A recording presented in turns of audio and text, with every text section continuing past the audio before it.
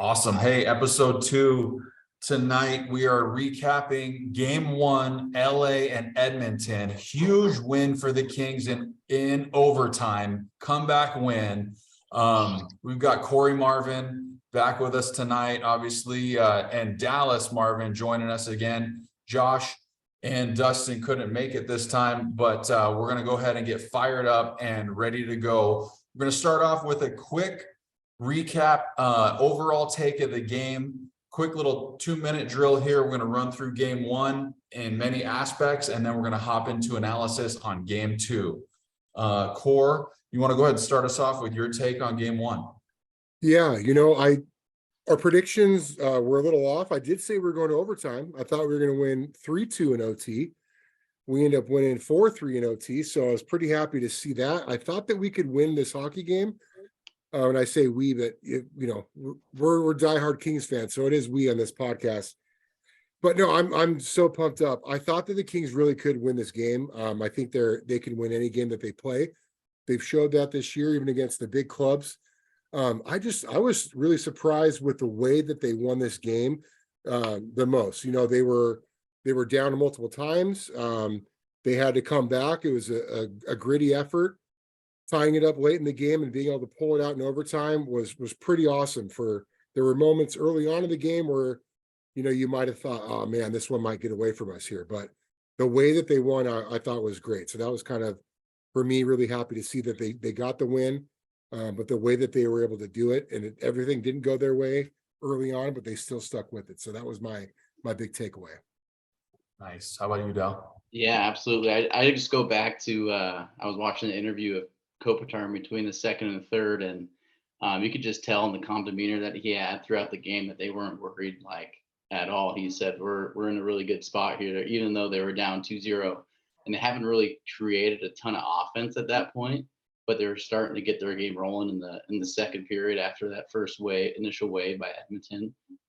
They kind of weathered that storm, started to feel confident in the second, and in the third, you just started to get to see their wheels started turning. Kempe scored a couple of key plays, and then late tying goal, and then I followed buried in overtime. So it was just all kind of started to trickle down, started to lean to the Kings' way slowly, and I think they knew that going into the third period, which was huge. That is huge. That's absolutely huge. Yeah, just to kind of close it off, right? I think that place was rocking. That place was rocking and rolling. The Kings came out with a couple good chances early, if you guys remember, and then obviously got into that penalty situation where they were able to pop that goal. But 2 of Draisaitl's goals were bad bounces. So I think overall, you guys are right. Team defense looked really, really good. And then just the resiliency to be able to come back even so late in that game and capitalizing on the special teams, which we'll touch on here in a little bit. Okay. Just over 2 minutes on that initial take. Nice job. Let's hop into goaltending. Corey, go ahead and take a quick analysis on Korpisalo, his game, and how he impacted the game overall. Yeah, so we were wondering who they were going to start last time we met before the game. And as we kind of thought that they did roll with Korpisalo, I thought he played great, man. Some of his best stuff came when they were down 2-0. And so like you said, Draisaitl, the first goal, kind of a turnover, caught Korpisalo off guard. Draisaitl's got a great shot. Overall, I mean, I'm not really mad at him on any of the goals that he gave up. No. I think he gave him a chance, kept him in it the whole way. I guess I think last night I texted you guys, I thought he got swimming a little bit on that third goal maybe, but with all that traffic in front, the Kings had a chance to clear the puck. I wouldn't put that one on him either. I certainly know the Kings fans wouldn't put that on Jonathan Quick. So overall, I'm pretty happy with his performance. But again, really, there was a couple big saves, a breakaway. When that game was 2-0, it could have got out of hand quickly, but it didn't. It stayed 2-0, and they were able to get a goal, make it 2-1. And I thought Korpisalo was a big part of that, and the team defense, like you mentioned, Rye. But yeah, when you're down 2-0, we weren't, like Dal said, not a lot of offense going on. There were a couple key moments in that game where Korpisalo did make some good saves, and then in the third period, he did get calmer as the game went on, right? Kind of like the Kings did. Once they found their groove, Korpisalo got stronger after those big saves in the second, and then the third period even better. So What you I think thought he about was his great. rebound control and controlling the pace? Yeah, definitely. I mean, there was a couple pucks that maybe got squirty, but overall, if it came out, it was, he kept it in front of him, covered the puck when he had to, sealed down low, great. That's one of his strengths for sure. Pads flat on the ground. They weren't able to squeak any cheap ones through. So he did his job for sure. And like we said, just give your team the chance to win. He did that, and I think more actually. Absolutely. Quick, going out from the net out, obviously Core with a great take on Korpisalo's performance here, hopping into the defense. Overall, I thought the D-Core looked extremely solid. We were surprised. I think all of us were a little surprised to see Alex Edler in the lineup in the top 6 after coming off an injury and not really having much game time for a little while, but he's a seasoned vet. And I think that's what they really wanted, was that calming presence on the back end. So I think that's probably part of the reason why he was in the lineup last night, and he did. They were really solid as a unit. Drew and Mikey, obviously, anytime they were out there against McDavid, I thought they just took away his time and space so well. There was a time where when Drew took his penalty and McDavid came galloping in, Anderson was able to swat away that puck. But then on the ensuing power play, that's when Anderson had to take that penalty that led to the 5-on-3. Obviously, talking about those two and the good job that they did, I would be remiss to say that I think Roy and Gavrikov were the pair of the game. From a big play perspective, from shutting down McDavid, I could see Gavrikov kind of getting under McDavid's skin. His poke check, and we'll talk about that turning point later, was unbelievable. They continue to get up the ice as well on the offensive attack, which I love. And then that third pair with Durzi and Edler. I mean, Durzi's passion and Edler's wisdom, you can't ask for much more than that out of a 5-6 pair. And then obviously Durzi's poise with the puck on the power play is just fantastic. So D-Core was solid. Loved their performance, shutting down McDavid. Game 1, huge effort. Yeah, they did a great job with that. Dal, what do you think heading out to our forwards? Obviously, we had some great performances all around. Yeah, I think starting out our top 2 lines, I think the big keys was, matching up McDavid and Draisaitl. I think Danault did a great job on McDavid, kept him off the score sheet for the most part, and the Kings as a whole did a really good job in their matchups. I only saw McDavid get out there a handful of times against our bottom 6 and maybe our 5-6 D pair. So as a whole, the Kings did a good job matching forward line. So that was huge. Obviously, Kempe got the boys rolling with that first goal. Kind of reminded me of like 2014 Gaborik. He just was a game breaker and kind of got the boys going on a good goal or just something chippy in front of the net, just a backhand top shelf. So that was awesome to see him score those first 2 goals. And then Kopi 4-point night. I mean, he's leading the playoffs in points right now. So that's just awesome seeing him at his age, how long he's been here, and he's still leading the Kings in points and now leading them in the playoffs to start. So that's great from the top 6. I also thought someone I was really happy with their game was Arvidsson. I mean, he's sticky, he's sneaky, and that backhand sauce across ice to Danault for that one-timer, ultimately for the tying goal, was just unbelievable. So just to have the foresight to sauce it over with that much time left, to pull that off was pretty incredible. Going down to some of the bottom 6 guys, I was kind of just found myself wanting to see more of JAD and Grundstrom. I felt like just a little bit more stickiness, and Grundy, he's got a chip on his shoulder right now. I think he wants a little more playing time because he deserves it. He played really well, kind of coming into the playoffs. So I just found myself all night kind of wanting to see more of him. So I was really happy about his game, and I think as a forwards as a whole played a pretty solid game all night. That's huge. Yeah, I love that. I love that take on Grundstrom, man. He's a playoff type style guy, right? Mm-hmm. And same thing with Kupari. I thought we saw, how good he could be. you know, I feel like Kapari's confidence went down after he missed that goal in the regular season. He doesn't look like he's got the same confidence that he had there for a little while, like a magnifying glass might be on him. I hope that they can build him back up because they're going to need him to be able to perform deep into the playoffs and take those fourth line center minutes, which is tough. That's a tough job, but He got the wheels, and he matches up well with a skating team like the Oilers. So Yeah, I think those guys can get going, and I do think that Dallas. I think Grunstrom is probably the strength on that line, and what kind of makes them seem like they bring a little extra, and they do. They all skate. It's kind of different than King's fourth lines in the past. It's a line with guys who can all play. We always asked for that back in the day, but we always felt that we couldn't have that. It had to be, like a real true like grind line, right? Not guys who could skate, move the puck, things like that. But all three of those guys can. So yeah, I think you're right, Dal. We'll need those guys, right? Those guys don't get a lot of minutes, so I guess it is hard for the quality, but the minutes that those guys do get, we're going to need it to be good, like you said. for I sure. think that they will. I think it's going to be. I think that the depth of the Kings forwards will be like a secret strength of theirs because I think that For we do sure. have the forward depth. yeah, and to cap on that too, like we can't forget the game-winning goal scorer, Iafallo. The guy does everything. And he so quietly does everything. And from a gritty playoff perspective, that guy played a playoff game last night. Yeah, He that was was surprising.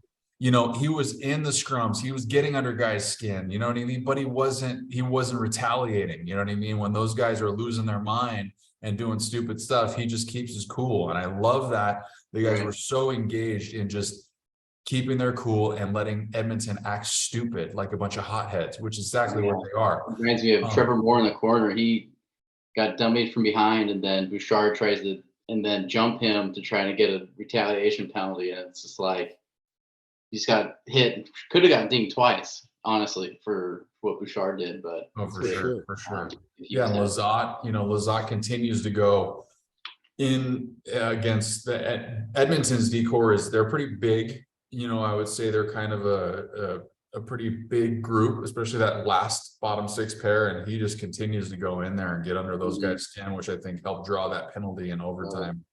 Hey, Um, Ryan Dow, real quick, in regards to that, because I noticed that too, with a player like Iafallo, he seemed to be the guy to kind of step up in those scrums, and he was the guy, almost the agitator. Is that something, a conversation that you think coaching staff, the guys had together?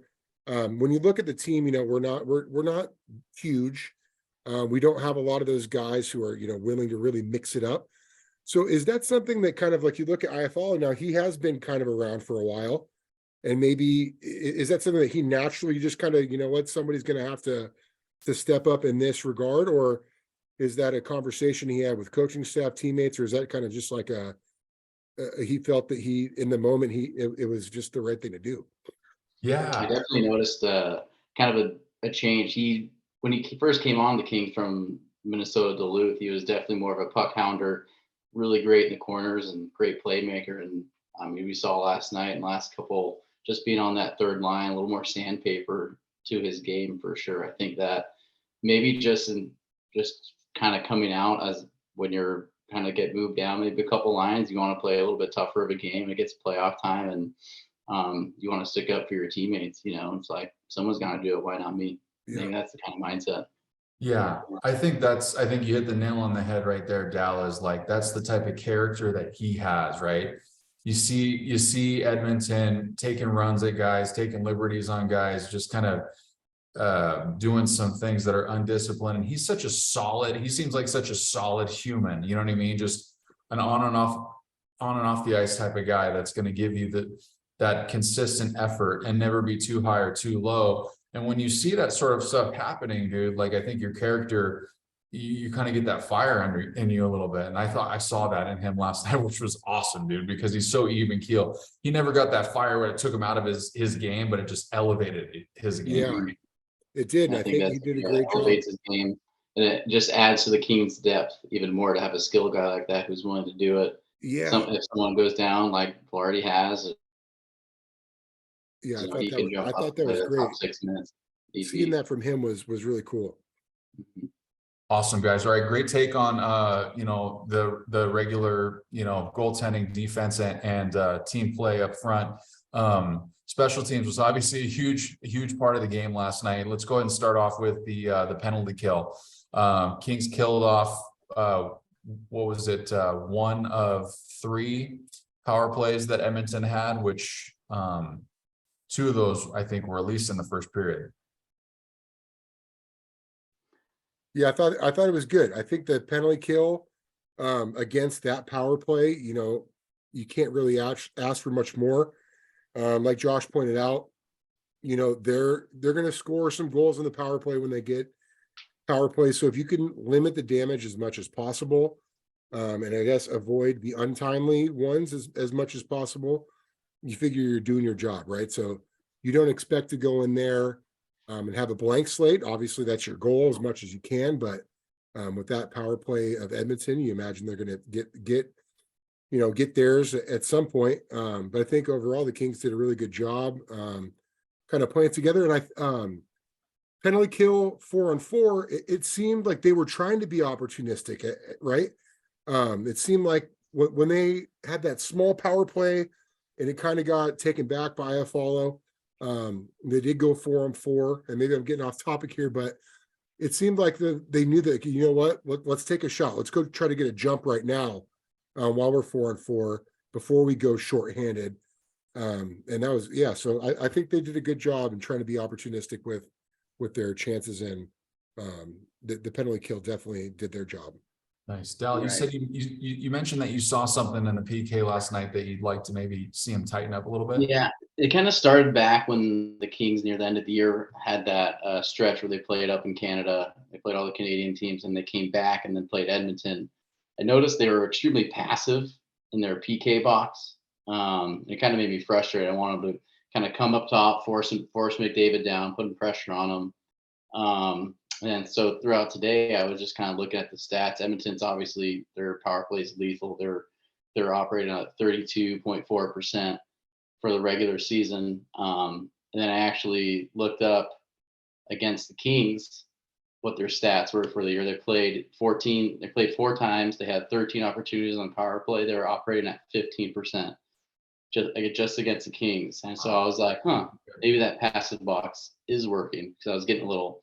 That's typically how I grew up playing. It's kind of being a little more aggressive on the PK, kind of forcing them down, make a play. But what I did notice is by them being passive, they're taking away the cross ice pass, and that seems to be frustrating. It seems to me that they want them to shoot, and Korpisalo is going to make the save, or Copley. Like that shot as they walk up the slot and come down towards the net. They want that shot or the pass down to the goal line.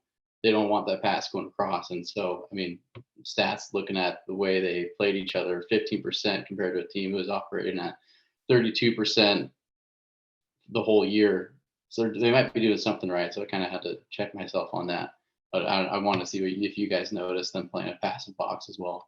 Yeah, I think you definitely identified what they're trying to do is take away that cross seam pass, right? That McDavid to Draisaitl all the way through is a huge point of contention on that first unit. It's so hard to defend that first unit. If you take away Draisaitl, if you take away McDavid, you still have Nugent Hopkins, you still have, Bouchard, who scored their 5-on-3 goal. And I think Hyman's the other net front guy. I may be wrong on that, but yeah, they did a good job. They held them to just one power play goal, and that's it. And it was a 5-on-3 goal. Absolutely. And so you're going to take penalties. It's going to happen. You want to be pushing the edge where you're playing aggressive playoff hockey, and you know what, it's going to happen. So I did think they did a good job. They put a little pressure up ice early on, trying to create some offense and keep those guys on their heels. I thought that was pretty effective. Just trying to slow McDavid's zone entry down a touch is super helpful, because that guy just gets galloping. You know what I mean? He's a hard guy to take angles on. Mm-hmm. Awesome, guys. Power play, 2 for 6 on the power play. So obviously game tying goal and game winning goal. So they came late. How clutch was how clutch was that opportunity for the Kings to have a that power play at the end and be able to pull a goaltender so they had a 2-man advantage? That was great, man. I was getting a little worried early on, right? You start to feel like that void of Fiala and Velarde when you get a couple of those chances early on in the game, and you're not getting much going on. Or even when you get the zone time, you just kind of feel like there was, that threat was just a little bit lacking, right? And not that we don't have good guys out there, but you think about your season, you think about the guys you were hoping to have during the battle time. But yeah, to get that opportunity at the end of the period and just kind of stick with it. I remember in 2012, the Kings power play wasn't that great. They brought on Bernie Nichols, and for some reason it stuck with me. They were talking about, the percentage and scoring. He said, listen, it doesn't matter. It doesn't matter, man. It doesn't matter how many you score. It's when you score on the power play. It's when, it doesn't matter how many you get, just when you score them. And I think that really showed up tonight, right? They got it like that. at the end of the third period to tie the game to force OT with almost no time left, and then they got their chance in OT, and man, the power play showed up there too. That was a great looking power play goal. That was. fantastic. I actually, just PP1 looked pretty solid. 2 huge, just timely goals. Regarding power play 2, I love the left-hand shot of Kaliyev. He had a couple chances, I think, in the second period. The guy's got a cannon. I kind of wish they would throw him on that other side of Kopitar, just to have someone that is super threatening now that Fiala's out. But on that second unit, I really do like seeing Kaliyev over there. It was good to see him just ripping it, dude, and he just kept ripping it. Like he wants it. He's shooting. He almost did 3 in a row, I think. It was dude, boom. And they kind of mentioned on the broadcast, but yeah, that was really sweet. From a young kid too, just like he wants it. He's like, give me the puck, I'm gonna fire it. Mm-hmm. We got to have that. Yeah, that was great. I thought in early regulation periods 1 and 2, the power plays that we had, I thought power play 2 looked better than power play 1. I think Drew looked a little bit frustrated on the power play, but all in all, I think like you said, the timeliness of power play 1 came into play when they got that. Drew sucked their PK over all the way to the middle, took that top guy all the way to the middle, and then passed it down to Kopi, who dished it down to Arvidsson. So by drawing him to the middle and then having him quickly readjust to Kopitar, that opened up that void in the middle of the slot for Iafallo to pop up from that low to high. And I loved seeing that movement, like we talked about in the pre-series review. That power play is crucial when the puck's, or is successful when the puck's moving. Puck movement is crucial to their success. Yep. Awesome. Let's go to coaching. Did you guys notice any coaching tactics or anything that stood out to you from a strategic perspective?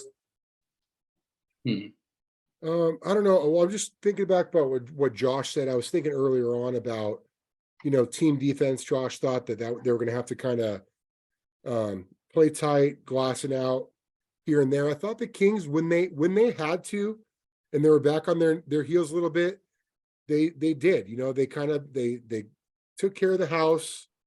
They let the Edmonton have the outside. They tried not to over panic. I think leadership on the ice, keeping calm. For the most part, they did a really good job. And then when they needed to, I thought that they were trying to get pucks deep. They were trying to develop the forecheck, right, to gain some possession time and some zone time. So I think overall they did a good job. Like Dal mentioned, coaching-wise, matchups were great. Danault, there was times where I didn't notice Danault, but I wasn't noticing McDavid. And so I think they were Velcroed, It was it was amazing. And that guy might be underrated still. And I think really highly of him. It's not an easy task. So coaching wise, Rye, I feel like we said, I think they're 2 even coaches. They probably know each other so well at this point, not a lot of surprises, but I think the Kings, utilized their lines well, and when they had to protect the home plate and just kind of weather the storm, they did a good job doing that. Yeah, kind of like what you hit on. I think I heard Fosty say something like they played 18 times in the last year and a half or something. These both teams know each other very well schematically, so I think that's just in the nature. I don't know how much either team changed up their schemes last night, Mhm. or if that's going to happen going forward. But you could tell that they were all familiar with each other. Probably didn't like each other a little bit, but Yeah, Yeah, I think the home team gets the last change, right? So on any faceoffs, you could tell they were trying to get McDavid out against certain people. But you know what? If they were trying to keep McDavid away from Doughty and Anderson, it wasn't going to do them any better if they were going up against Gavrikov and Roy. You know what I mean? So it was nice. The only thing, there was a couple shifts when they got buzzing, like towards the tail end of Dursey Edler shift, or you know what I mean, when one of the other lines have been out there a little bit long, and that's going to be tough for anybody. You know what I mean? If you're on the tail end of a shift going against McDavid's line. that's Connor McDavid. Yeah. Yeah, I think that's something to keep an eye out for in the next game, and we'll talk about game 2 coming up. But just the line matches and the strategy that comes into that last change at home. Officiating wise, how'd you guys think the officiating was? I think sometimes it's playoff hockey. We want to see him kind of let the guys figure it out, but there's going to be calls that need to be made. Did you think they did a good job overall? I actually missed the penalty that put the Kings down 2 men. So I saw Drew Doughty's hooking penalty where gave them the 5-on-4 power play, but then I got logged out of my stream and I turned it back on. I'm like, what the heck? It's a 5-on-3. What's going on here? What happened? That was a Connor McDavid special. He just flew in and then he kind of beat the D line, the blue line, and Mikey kind of held him. He kind of hooked him a little bit on the hip. Grabbed him, yeah. He literally walked through 4 guys. He galloped around from the defensive zone, gained so much speed. He cut through all 4 guys, and Anderson was the last line of defense before he went all alone. And he grabbed him around the waist and just threw him off enough so his shot missed the net. And I think it possibly saved a goal. It ended up, they ended up scoring anyways, but that play, that's when you take a penalty, right? When you can save a potential goal. So yeah, overall. Go ahead. Finish your thought. I was I was surprised that overall I think they did a pretty good job. The couple calls that the Kings got, I'm going to be coming from a Kings bias standpoint. I think that he got Trevor up high. I think that's fair on the penalty late in the game. I think that was an undisciplined penalty, and I think the one in overtime on the Oilers was undisciplined as well. Ryan, I talked to you a little bit earlier. Lizotte seemed to kind of he gets underneath guys, not only underneath their skin, figuratively, but literally. He's so small that he gets underneath guys, and he's kind of annoying to play against. You guys know how players like that are. And he battling for the loose puck. The guy kind of went down as he's falling down. He swung his stick out of frustration. Trip Lizotte. He came out of the box pointing at the ref, but oh man, it looked like a trip to me, and I don't know if he was mad at the call of the trip or that he thought that maybe Lizotte should have got sent to the box for something he did that led to that. But overall, I think they did a good job. Hopefully going forward, it just stays as neutral as possible or just as consistent, right? Like with reffing, it's all about consistency. If you're going to call it one, something, keep it consistent throughout the game. And I think they did a pretty good job with that. Yeah, I agree with you, Corey. I think for the most part, the power play back and forth was 6-3, I think in King's favor. The one that Kempe got high stick kind of in the jaw or elbowed in the jaw, I think they were looking to even that one up. So when Iafallo might have just clipped Nugent Hopkins in the face, they were looking to even that one up pretty quickly. And you kind of understand it. Might have been a little soft on Kempe on that one. That Lizotte penalty in overtime, when I first saw it, I thought Lizotte slipped on the broken stick that was actually in front of him. And so I was kind of wasn't sure about it, but then you watch the replay, the guy Swings his stick at him. swings his stick at his skates and then causes Lazat loses balance. And then I think Oilers fans are gonna say he lost his balance very easily. You Yeah. know, Yeah. shouldn't be And swinging he- his stick reckless surveying at someone's feet. So On Twitter today too, I mean, there was an Edmonton Oiler post-game podcast where they literally said, if you call and start bitching about the officiating, I'm gonna hang up on you. Like, the calls were legit, you know what I mean? Like you need to be able to win the game. Because I thought the call on McDavid, I'm like, oh boy, here we go. That first time Drew puts a stick on the guy when he's going, he's in the box. You know what I mean? You can't touch McDavid. But they did a good job letting him play.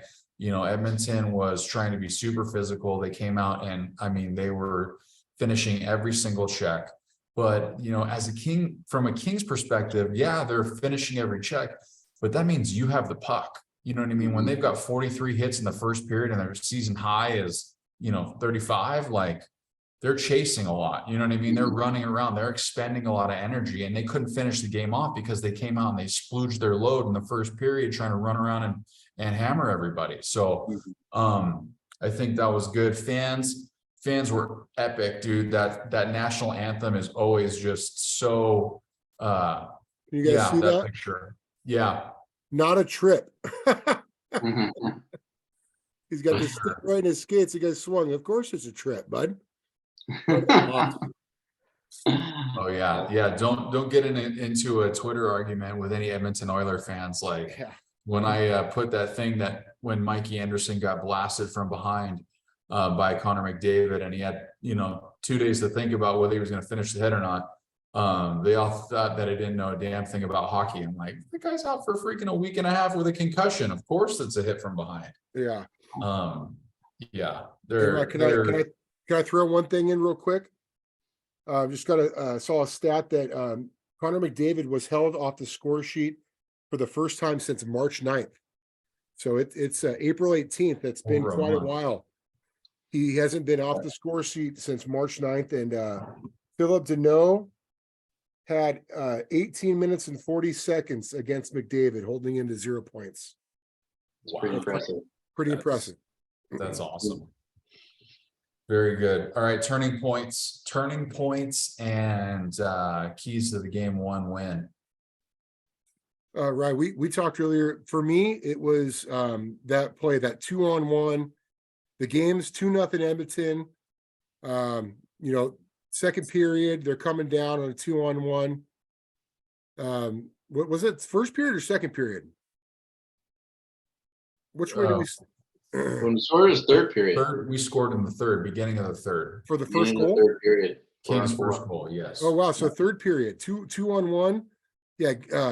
Gavrikov breaking that up, getting the stick, go the other way. And Adrian Kempe, man, what a great shot on his backhand to get that goal.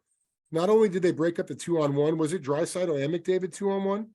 Yep, both of them coming down. Draisaitl and McDavid. You get the new addition, Gavrikov, breaking it out, laying down, stick on the puck, go the other way.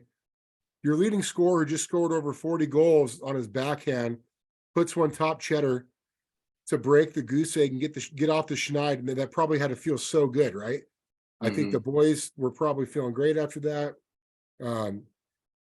Playing hockey and not being able to score a goal, for the longer that goes on, the harder it gets, right? You start gripping things. I think that was huge. Yeah, absolutely. No, and I think you're exactly right, man. That was a huge play. For me, the turning point was the Edmonton Oilers score to make it 3-1. And I don't know if you guys remember the shift after the goal. McDavid almost goes in on a breakaway, and Mikey Anderson closes the gap, pokes the puck, ends up in the corner with McDavid. Somehow, after the ensuing scrum, McDavid ends up with the puck all alone in front of the net. But Korpisalo did a great job sprawling out and forcing him to go back below the goal line. He didn't have an angle. That was the shift after they scored the third goal to make it a 2-goal game. Them not scoring on that play was obviously a huge pivotal moment, because if they pop one there, dude, it's game over, game set match. You know what I mean? There's no way we're clawing back into that game. So yeah. I remember when McDavid was coming in, it seemed like it was open ice for days, right? And I don't know, was Mikey coming off the bench? No, he was coming from the penalty box side. I don't know how he got so open. Yeah, but he closed him. So he did a great job on that close. He kind of made it see. I just remember Corby Salo just taking away that wrap. He couldn't stick it in that far side. He forced him to go all the way the net, around the net, just to let that way Mikey can recover, Get back and get back and play. So that was good for me. I mean, you guys hit it on the head. I think Corey, that Gavrikov poke was just an unreal play. Completely changed the game dynamic. Got the Kings going. The belief that they can score, goals against them were hard to come by at the end of the year, because the Oilers been playing so good. Just something that was stuck in my mind is in the second period. It was 2-0. Kings were on the power play actually, and Oilers got a break, and it was a 2-on-1 on Dursey. I think it was either Janmark and McDavid, and Dursey full on just took McDavid away and completely gave Corby Salo a shot. And I remember rewatching it. I was like, this is a breakaway here. And from the blue line in, it was from the blue line in, and I wasn't really worried about it because Corby Salo just stonewalled it, and we went back in on the power play. And that could have easily went 3-0 on a shorthanded goal and completely changed the game for the Oilers and for the Kings kind of moving in. So that was a really big point in the second period. I just remember Dursey full on almost taking McDavid to the wall and giving Corby Salo the shooter the whole way in. It was, dude, I remember that. I remember, man, when I was playing, I used to say, dude, just give me the shooter, man. Like, get out of the way, Mhm. Like if I got time and I got a guy 1-on-1-0, if it sticks to the outside, especially if that guy was I think it was a right-handed shot coming down the right side, give me that guy. You know what I mean? He's not, he's going to try to beat me far side. It's the guy's got a stick in the middle. It's different. I think that guy was a right-handed shot. I'm not sure. It felt like, it felt weird to see at the time, but at the same, then you think back, you're like, you know what? Just keep it simple. Eliminate that threat, like you said, and just give the guy the shooter. I kind of go back to your guys' thoughts on the last podcast, just trusting which goalie do the boys ride on. And I think how many times, Corey, does a D just try to be the hero and try to slide over and take the shooter and they pass back door? Dursey's like, no, Corby Salo is my guy. He's going to stop this. I'll just take McDavid out, and then away we go, So yeah, dude, 2-on-1. That's a perfect 101 on how to take a 2-on-1, right? Take away the pass at the highest level.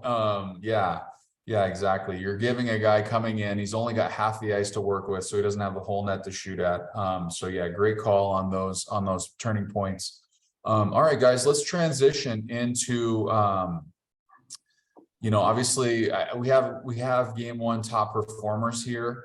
So let's run through that real quick before we transition into game two. We're a little over halfway. Yeah, we're over halfway here. So want to try to keep it tight in the next 20 minutes here. So go ahead, Dal, why don't you give us your game one top performer for LA? I mean, Kobe had 4 points, but I really think through the midpoint of the game, Corby Salo kind of held the Kings in it for a little bit. I mean, I would go with Corby Salo just because he played. I don't know how many saves he had, like 36, 925 save percentage again. I go with Corby Salo. He helped the Kings in it through the midpoint of that game. Cor, how about you? Oh man, I think for me, there's so many guys you could pick, and Dal, I love that you went with a goalie. I'm probably going to go with your boy, Rye. You probably want the guy, Rye, you talk about not having last year, Victor Arvidsson, man. I think he was a difference maker, noticeable in so many different areas too. Like, he blocking shots, right? I saw him going back to the bench, heeled over, blocking pucks with his hand, his knee. The 3 in a row, I think he blocked on one. Yeah. You just notice him, like you guys said, in all different facets of the game. He's just so effective. You said he's sticky, Dal. I rewatched that power play goal in OT. We didn't win that faceoff, dude. We lost it. that puck was going behind the net to the Oilers D-man off the draw. Arvidsson got a stick in there and broke it up. We maintained possession, and next thing you know, we're going back up top, and here we go, small things like that. And then, that you guys talked about that sick pass on the power play. He's so great, man. What a great addition of this team last couple of years. But I think he was my guy. We didn't have him last year, so I think that was one of the reasons he stood out. You really missed him, so I'm glad we had him, and he did his job. He played his game for sure. For sure, man. That's awesome. I think you expect Kopitar and Kempe to kind of stand up and do their thing, right, as the top guys on the team. So I think, obviously them kind of having those high expectations, I would go with Alex Iafallo. Guy scores the game-winning goal in overtime, and all the grit and just like the zest that he showed through the game. I thought it was fantastic. So I'm gonna go with Iafallo for the game one top performers. Transitioning into game two, what's the mindset going to look like heading into game two? You just won game one, you came back, won it in overtime. What's the mindset now going into game two? Dal, I'll have you start us off here. I think, you're obviously extremely happy. You saw the video of the guys. They were selling hard in the locker room, but it's got to be, enjoy it. Short memory, though.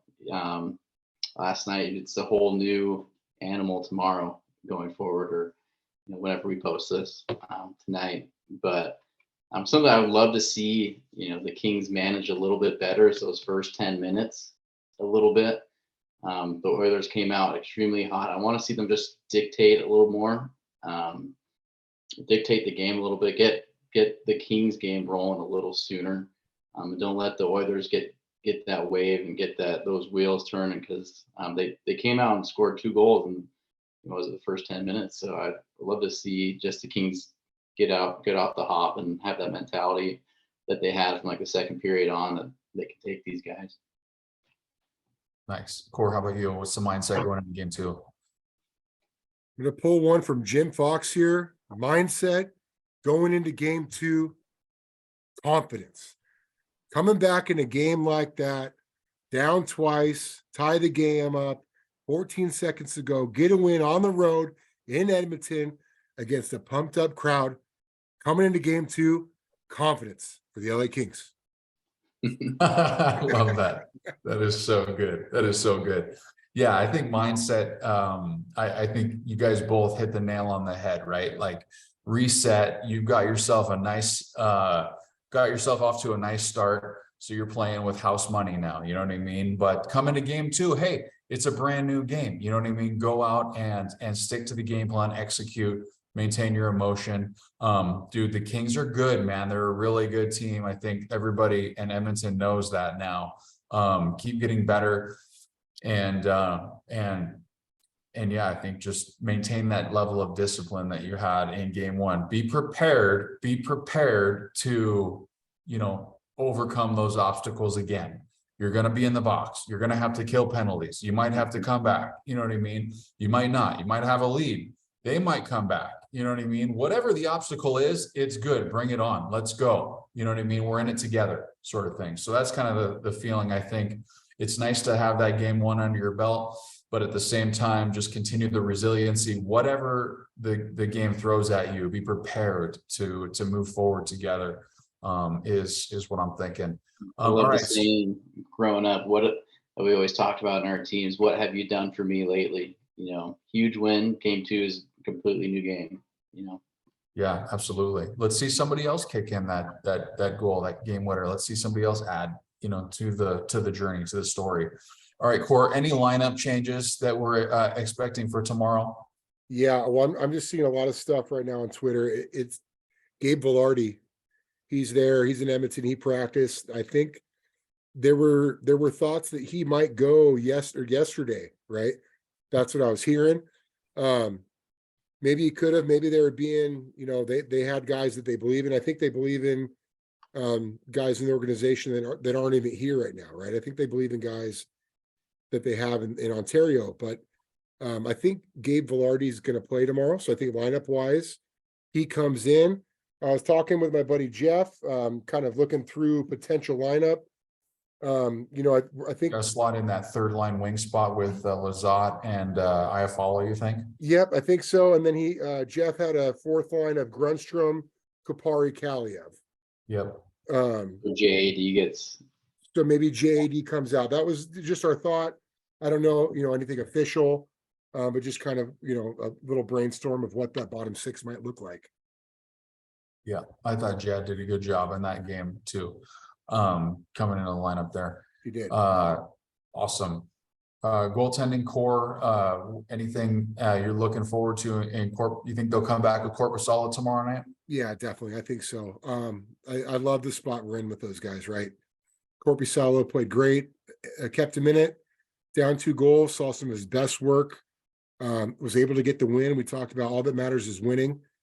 I love the fact that, if something were to go wrong or didn't have his best game, I'm happy with both guys in net, right? I think either one of those guys can get you a win. But I love the experience. I love what we've seen since we've had Korpisalo. And I just want him to keep kicking, keep kicking in there, seal everything down low, make him beat you, make him make the perfect shot and make somebody else other than McDavid do it, Yeah, gotcha. Awesome. Dallas, team defense, same top 6. Yes, I would say same top 6. I mean, top 4 is pretty solidified. I love Mikey and Drew. I love the work they put together. And then Roy and Gavrikov is just a great another 3-4 pairing that just makes their life tough on matchups on the Oilers.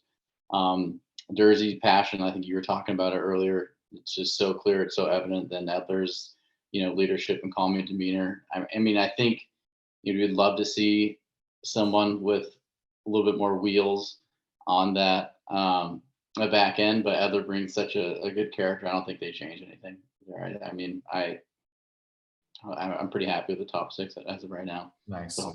Okay, awesome. And we talked about forward lines up front, so we'll skip over that. Special teams, what's the focus on special teams tomorrow? I love getting Velarde back on the power play. I think that'll help. He's great in front of the net. Guys, puck finds him. He's got great hands. He's got a great shot, heavy shot, knows how to score, likes to score. Is he going in that second unit, you think? Yeah, he'd been playing on the top unit mostly. I think they probably plug him back into that top unit. And Iafallo goes back to that second unit. Yeah, I think so. Yeah. awesome. Guy coming back from injury, you want to give him as much ice and space as you can, right? Yeah, and power play is a good place to start for sure. So they try to put Byfield on the PP. Was he PP too, or? Yeah. Okay. Yep. Hey, we didn't talk much about him. I feel bad. He got a great poke on Kempe's second goal off the faceoff. How's that? Yep. And then just the pep in his step, dude. The guy's hopping out there. He's galloping, He's got that youthful exuberance, dude. It's great. It kind of blows my mind that kid's 20 years old. I don't even know how to fathom that anymore, Did you draw a penalty as well last night? Two of them early in the third. Yep. He's just out there. His feet are going. He's good. He plays good. He looked good, man. Mentally, he didn't look like he had one bit of fear. He was full of confidence and full of exuberance. And yeah, man, I mean, good for him. That's it's hard to believe the kid's 20 years old. He's only gonna get better. Yeah. I mean, he's not even close to his prime for another 6 years. You know what I mean? Like, it's gonna be sick. Big turning point in the year when he got on that top line. That top line, that's when that top line became the top line this year, I think. Yeah. Mm-hmm. Kobe's mentioned he's hard to play with. Kobe and Browning were always hard to match with, but man, Kempe and Kobe have definitely benefited from Byfield on that top line. Plus it just slots our depth so much more. So let's go into that next. Depth guys. Obviously, Iafallo had a great impact. Lazat had a good impact. If there's a depth guy that you think could make it on the score sheet tomorrow, who are you picking, Dal? I'm gonna go with Trevor Moore just because I think he might have started a little slow yesterday. We didn't talk about him much tonight, but I think he's got the game to to break that line open with Deneau and Arvidsson. I'd really love to see his wheels get turning, and he started to come alive there. I think in the third and overtime. I would love to see Trevor Moore have a great game two. I think he's still coming back from that head injury. I think, head injuries are weird, so it might take a little It's time. time. But once he gets that confidence back up, I definitely think he was huge for us last year. You guys hit on it last He time, was so one of the best, one of the best players in that series last year for sure. I think it's going to come for Trev. I think he'll pop one tomorrow. It was Nice. good to see that comment. He did look like he was playing almost a little reserved. You know what I mean? Mhm. Playoffs, it's buzzing. Hands and sticks are flying. A lot of times, it's up high. People taking shots. Mhm. It was good to see the confidence. There was a couple times, and once he wheeled out of the zone, got his hands and his feet going, a couple good shifts, and then really one time he tried to fire the puck off the goalie's head The head, from a yeah, bad that's angle. super That's sneaky. that's a Trevor Moore thing. That's where he does little things like that. Mhm. He's good in weird little ways, and I think that's where I'm like, okay, he's starting to feel it a little bit. Have the For confidence sure. to try something like that. That's awesome. I love that. Zipping one up high like Gordie Howe from a bad angle. Yeah. Awesome, Core. How about you? I love Dal knows how much we love Velarde. If he's back in the lineup, I'd love to see him score a goal. Yeah, That's what I'm man. hoping. But I do want not to take another one. Dal, I really do like Grunstrom. I think he's one of those guys. I think go back instead of picking Kapari, Grunstrom looks like he's got just another little level to his game. Where he probably could play higher up the lineup. With how he's playing, but just hopefully he takes the body. Hopefully he gets a greasy one. I feel like he deserves it. Absolutely. I love that. I'm gonna echo your sentiments, Core. I think hearing, Grunstrom got in a little hot streak there at the end of the year, and can't remember if it was Jim Fox or somebody that we were talking about. Dowdy said that he was one of the hardest guys to play against in practice, and the guy scores all the time. He's a playoff guy. The more ice time he gets, the more gritty he gets. We want him clicking, we want him going as we go deeper into the series. And so, yeah, I think he played great game one. I would love to see him, see a little bit more of him tomorrow. And yeah, see if he can pop one from a depth perspective. I think that'd be huge. Awesome. All right, guys, closing it up. Let's close it up with some predictions and then closing statements for this episode. So predictions. Let's go ahead and see, Dal, you want to predict what do you think the score is going to be tomorrow night? I've been texting my buddies who are Wild fans, and they're all thinking that all these games are going to be so tight. I'm kind of thinking the other. I think it's going to be a little more wide open. I think it might be a little more high scoring, either a 4-3 style game similar to last night, maybe a 5-4 game. But I think the Kings are going to pull it out. I think they're going to pop up pretty early, maybe score one or two in the first period. They're going to be rolling high just off that overtime win. Maybe a push back from the Oilers, but I would love to see the Kings take the first two in Edmonton. That'd be absolutely huge. Just get that confidence rolling back to LA.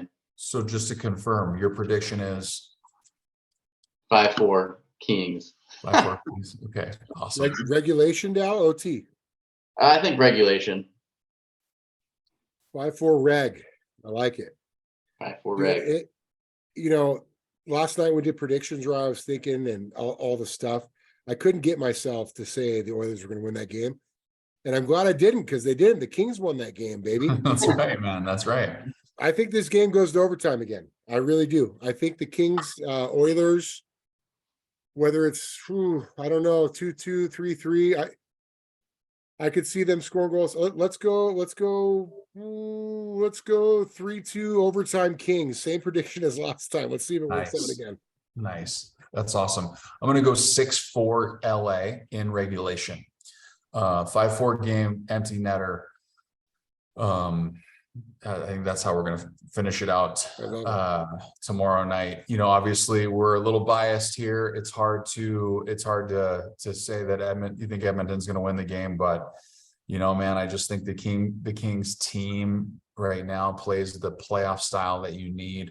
Edmonton's a little volatile for my liking, which, hey, I'm fine with that. They are also the most potent offense in the league from a top scoring perspective. So it's not going to be an easy task. There's going to be a lot of challenges that come, and they're going to need to continue to play that team style defense, have everybody contribute, have everybody maintain their composure and their intensity in all the puck battles and away from the puck. I'm excited. I love the Kings being in the position where almost like the pressure's almost not on. Yeah. Really, the pressure's on the Oilers because everyone talks about them being the juggernaut. How many first round picks have they had in the last, 6-7 years, and they've built this team, of studs. And the Kings, they have had their lull, but now they're starting to build and trend in the right direction. But I really don't feel like the pressure's on them. They just know the type of team that they have, and they can beat anybody. So I really like the Kings with that position coming in. Yeah, Dal, you're right. I feel like the Kings, they could just get to go play hockey, Just get to go win. Yeah, that's it. They're just good to go play hockey. They're out there to try to win for each other. It doesn't seem like they're in it for some secondary, altruistic reason or something. You know what I mean? Mm. They don't have this messiah that they have to win for, all is lost if they don't, Right. They're just playing for the guys in the room. And, and I'm sure Edmonton's doing the same thing. But from an outside point of view, from all the media, like you said, Dal, that hype and, everything like that, you're right. I would say that you're right. There's more pressure on the Oilers in that sense, for I sure. remember watching PK Subban after that first period on the ESPN podcast. He's like, "Oh, the Oilers." He's like fanning himself, like, "Wow!" And then, what do you know? Kings win 4-3 overtime. Yeah. Stick to it. Trust the process. Right. Yeah, the Edmonton Oilers fans too are rabid. I mean, they are absolutely rabid. That whole arena, I think everybody was wearing a jersey. Everybody's wearing a jersey. Everybody's singing the national anthem. One thing, showed at the end of the game when they're throwing stuff onto the ice, that's just classless. You know what I mean? That's just not the way it goes. I get it. The passion's there. You guys want the cup. But you know what I mean? Like, hey, you got to do things the right way. You can't cheat the system. Just because Connor McDavid is a cheat code doesn't mean that you can cheat to get the cup. You know what I mean? So got to earn it for sure. The Kings will have to too, right? This is far from over, and they know that those guys are going to come to play every game. Big time. Awesome, guys. Well, hey, thanks for hopping on and doing this. Obviously I'm excited to see how game 2 comes out, and we'll be back for episode 3 to recap game 2. All right, guys, have a great night. All right. Bye, guys. Later.